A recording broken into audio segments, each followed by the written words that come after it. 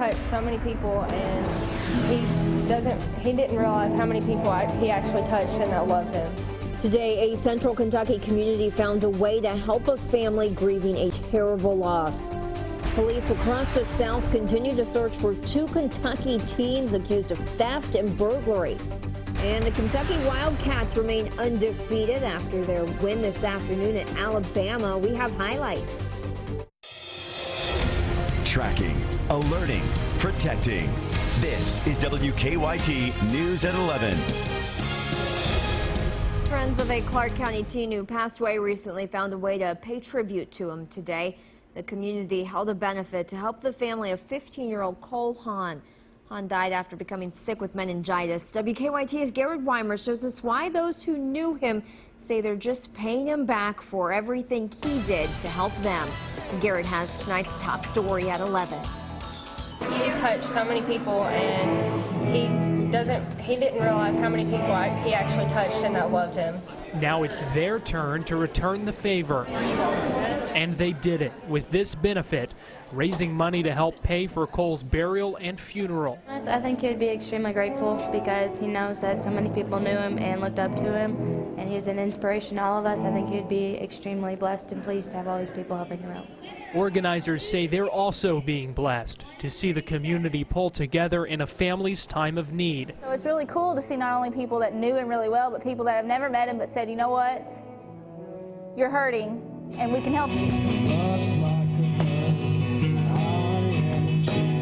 But even in their hurting, there's a message here, keeping Cole's memory and his character alive in the way they can help his family. And we always rally together, and you know, we make the best of whatever situation comes, and you're never alone here.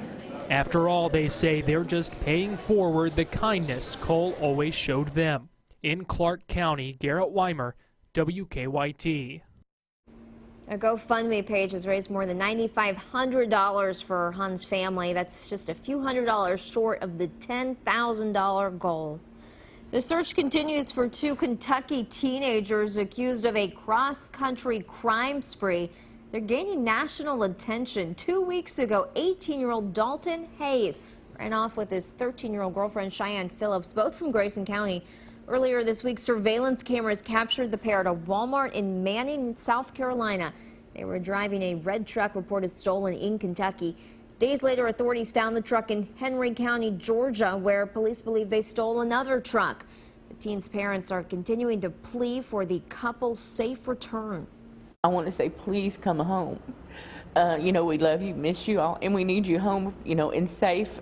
You know, we know that y'all have done wrong, but you need to step up and, you know, take the consequences of what you've done and come home. Just please come home. Please come home. We can work through whatever that it is. The Grayson County Sheriff believes Phillips and Hayes are now in Florida. The Cats took on the Crimson Tide today in Tuscaloosa. Lee K. Howard joins us now with highlights from the game. You know, Kentucky entered the game with 16 straight wins, going on the road into a sold-out Coleman Coliseum in Tuscaloosa, the only venue in the SEC where John Calipari had yet to win a game. That's hard to believe, isn't it? Wildcats came out of the locker room firing Aaron Harrison from the corner. Kentucky jumps out to the 9-4 lead. Next trip down the floor, Andrew Harrison with a hand in his face from the right side. And then Devin Booker on the catch and shoot from the left side. It's 16-9 Kentucky. Wildcats can play inside as well. Nice ball movement.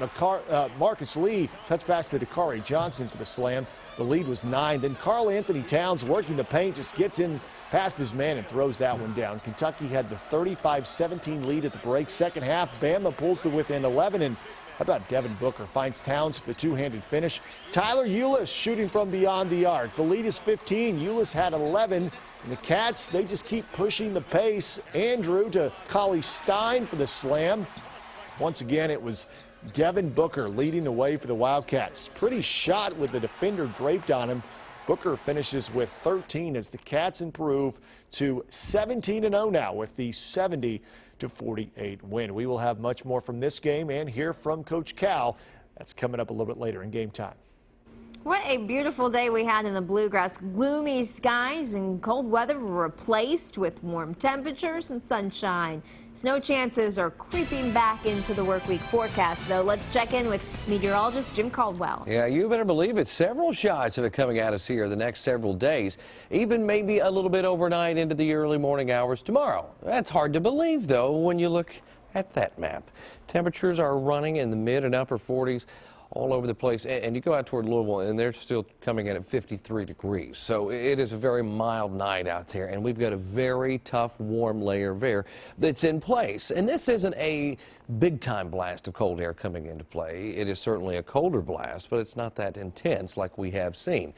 Winds are pretty breezy out there. Current wind speeds. This is not a wind gust. This is the sustained winds we're seeing here in Lexington, coming in at 16 miles per hour with wind gusts 20-25, sometimes even higher than that in other spots across parts of Kentucky. So a rather windy night out there as it's ready to blow in more cloud cover and eventually the chance of some shower activity. And as I mentioned, maybe even a few snowflakes. We're now watching some of the plain old rain, though, just out to our west and to our northwest. This looked a little more spread out earlier. Now starting to get its act together a little more so, and as it does, well, they'll see those chances increase for us heading into the nighttime period. I'll take a closer look and track it into our area here in just a few minutes. The Bourbon County coroner is looking into what caused the death of a man found on the porch of a home this morning. The coroner tells us someone spotted the body at a home on 5th Street in Millersburg. The coroner is waiting for autopsy and toxicology results and says right now the death does not look suspicious. We now know the name of the woman who died in an early morning fire in Louisville. The victim, 22-year-old Sierra Lewis, died at University Hospital this morning. The fire started at a home in the 200 block of 37th Street. 5 children and 4 adults were inside at the time of the fire. Firefighters found Lewis unconscious in the back of the home. Everyone else did get out safely. You gotta film. Hold them close, because you never know when something's gonna happen. Just hold them close. 2 firefighters were also injured when the ambulance they were assisting got in a wreck. Doctors treated both for non-life-threatening injuries. A man went to the hospital this morning after a fiery crash. Lexington police at first received reports of a man with a gun at Diamond's Gentlemen's Club. Witnesses told police the man drove away from the club and was headed down Hillcrest Avenue. The driver crashed into a tree and his car caught fire. Based on clues at the scene, police believe people ran away from the burning car. They did find a man in the backseat who had a gun. They took him to the hospital with non-life-threatening injuries. Speculation is growing about Kentucky Senator Rand Paul's possible run for president in 2016. Paul has been visiting states across the U.S. He spoke Friday in Las Vegas, saying he hasn't made a final decision about a 2016 run for president, but he did talk about why states like Nevada are important to him should he decide to run. I think it gives an advantage for somebody who has a libertarian sort of persuasion in Nevada, because I think there's a live and let live philosophy out here. It's in general also the philosophy of the West. Paul thinks a conservative could win if moderates like Romney and Christie divide the Republican vote. The Kentucky Republican also says he doesn't think Mitt Romney could win should he decide to run for president in 2016. Some University of Kentucky students are turning the MLK holiday into a weekend of service. UK's Center for Community Outreach hosted their Martin Luther King Jr. Service Day today. Around 200 students filled the Lyric Theater in downtown Lexington. Those students spread out throughout town helping various organizations like God's Pantry and the Catholic Action Center. A big proponent of what he wanted was for us to serve our fellow people and just sort of be love advocates. Students today visited 15 different sites in Lexington. Repairs at the Lexington Rescue Mission are now complete. The community center closed more than a week ago after a sewer pipe ruptured and staff couldn't cook. With help from local businesses and donations from the community, they were able to pay the $15,000 repair bill. It was disappointing when we closed because it really helps the people and they're very excited, and it's nice to see their faces and just to greet them, and it really does make a big difference. Staff and volunteers at the Outreach Center serve about 450 meals a week.